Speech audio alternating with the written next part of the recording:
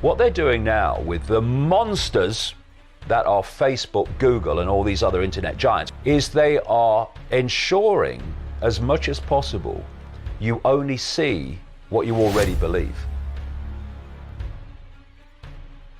Ignorance is still a choice. They're trying to make it no longer a choice by suppressing alternative information. So, as Tesla said, they can think deeply within the program, but they can't think clearly, so they see beyond the program. This guy who is perceived by so many to be crazy because he's talking outside the box, how could I be writing these things all that time ago and now mainstream science is catching up? Why? Because something Tesla said. You can think deeply and be quite insane, but you need to be sane to think clearly. And what Tesla said is that mainstream science thinks deeply, but doesn't think clearly. You don't need a scientific mind to understand reality. You need a free one. And the scientific mind can be a massive drawback to understanding reality.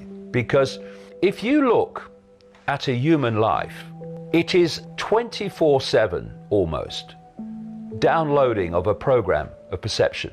Look at it.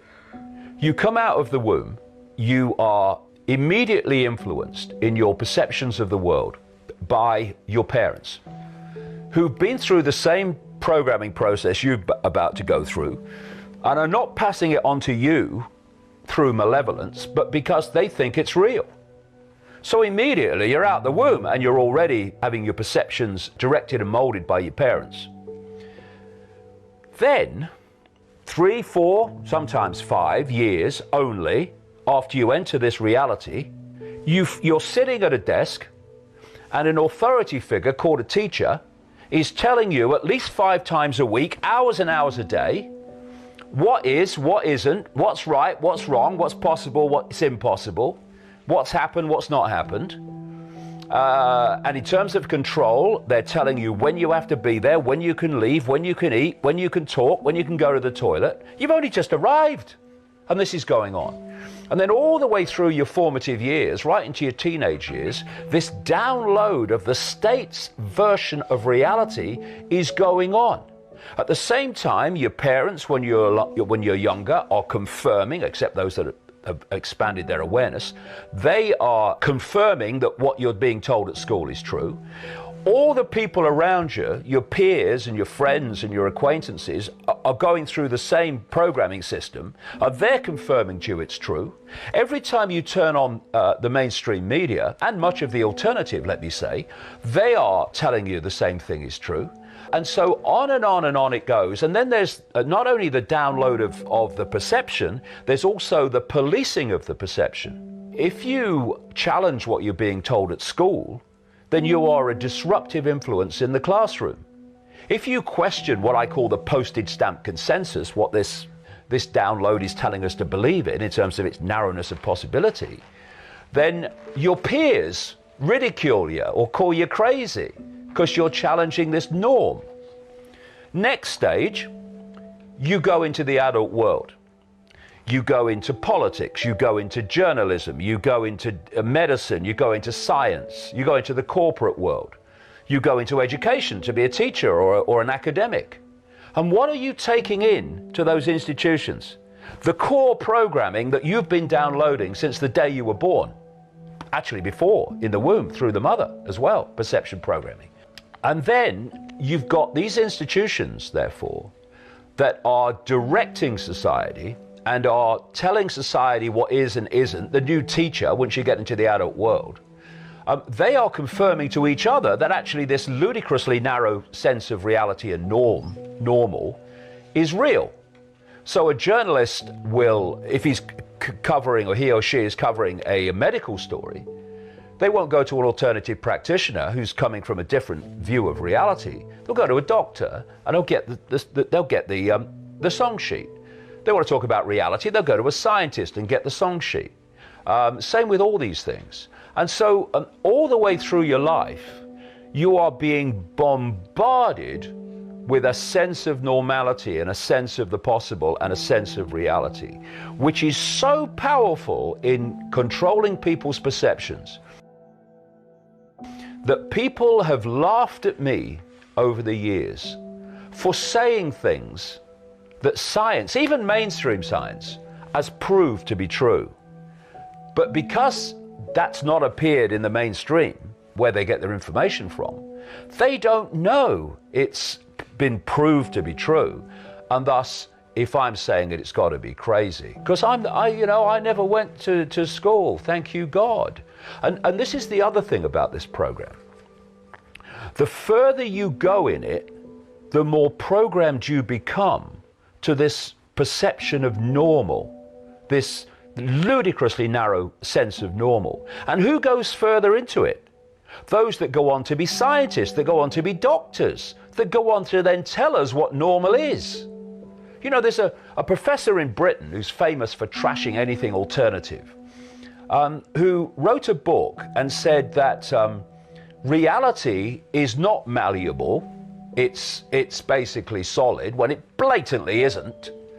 And then in the same book, he says that his knowledge of quantum physics is, quote, a bit foggy. This is what you're dealing with. You're dealing with people who are so programmed with the official version of normal, they cannot literally think outside of it. So, as Tesla said, they can think deeply within the program, but they can't think clearly, so they see beyond the program. And that's why we need free minds looking at this, not scientific minds. They're never going to suss it. Why do animals know when an earthquake's coming? Why do they know when there's a storm coming before humans do? Because they haven't been to school. They don't read the local newspaper and watch the mainstream media. They've not got peer pressure all the time that we've discussed to desensitize them from the wider field and focus them only in a tiny band of it. So because everything is energy in the end, everything is waveform energy in its base form. When you start to expand your awareness into the greater field, you're expanding your awareness into greater understanding, into greater insight, into greater knowledge. And that's the last thing that the few seeking to enslave and direct billions want you to do. They want you isolated in a sense of little me, in a sense of everything's apart from everything else, rather than we're all expressions of the same awareness having different experiences. And so the system has been set up to pressure people from the earliest age to sense and self-identify themselves with the labels of experience rather than the infinite, eternal totality of who we really are.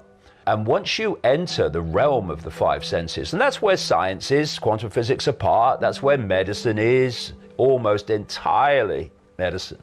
You can only see what you can see. You can only perceive what your five senses can draw to you in terms of experience.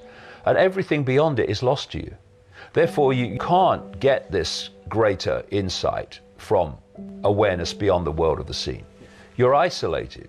Now, if you want to control people, do you want them communing with each other symbolically and sharing their experience so everyone has the benefit of other people's insights? Or do you want them isolated from each other so they're not sharing information? The only information they receive is the information they've got themselves. Of course, you want the latter, because then people are in ignorance of what there is to know. And if they're in ignorance of what there is to know, they're in ignorance of almost everything. And the human disease is ignorance. And I don't say that in a condemnatory way, it's a fact. They're ignorant of so much because the system has made them ignorant. This is why the narrow band of postage stamp normal is all you get through the education system, it's all you get through the mainstream media, it's all you get from all these forms of communication. And I would say to people, ignorance is still a choice. They're trying to make it no longer a choice by suppressing alternative information. And they're trying very, very hard to do that now. But still, now, as we speak, ignorance is a choice. It's not like you're in a situation like China, for instance, where they firewall off great swathes of the internet that they don't want you to see. Then ignorance is not so much a choice. It's an ignorance that's imposed. But if people want to know what is possible and what's going on beyond what they're told by the mainstream everything, it's there still, for now, in books and in on the internet and videos, etc., where they can see it. But what they're doing now with the internet is trying to firewall off people in the same way as the Chinese do, but in a more subtle way. So in China, there's great chunks of the internet that you can't access. What they're doing now with the monsters that are Facebook, Google, and all these other internet giants, which in the end are controlled by the same network, is they are ensuring that basically, as much as possible, you only see what you already believe. They do this by algorithms. They chart your surfing history. They chart what kind of subjects you watch on YouTube and what you say on Facebook. And then the next time you go in, you are offered a series of videos or a series of stories that relate to your surfing background. In fact, it's been exposed that when you're on Facebook, on the phone, your conversations are being recorded and scanned by algorithms. And they found this out by people having conversations about various subjects. And when they next went into Facebook, they were being offered advertisements for the subjects, not that they'd been surfing, but they'd been discussing between each other. And what that means is that you have a certain belief system, and when you go into the web, as much as possible, they're offering you only that belief system. They don't want you to see something, if you like, by accident, that might make you think, oh God, what's that? Oh, I didn't know that. Hey, come and look at this. They don't want that. And this is what's being done by algorithms now.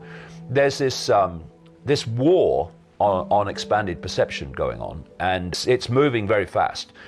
Why? Because they know that people are now starting to wake up to at least look at things more dispassionately that are outside the box, and they would have waved away by reflex action before, and they're desperately trying to keep the lid on this, or put the lid on this, by all these methods we're talking about.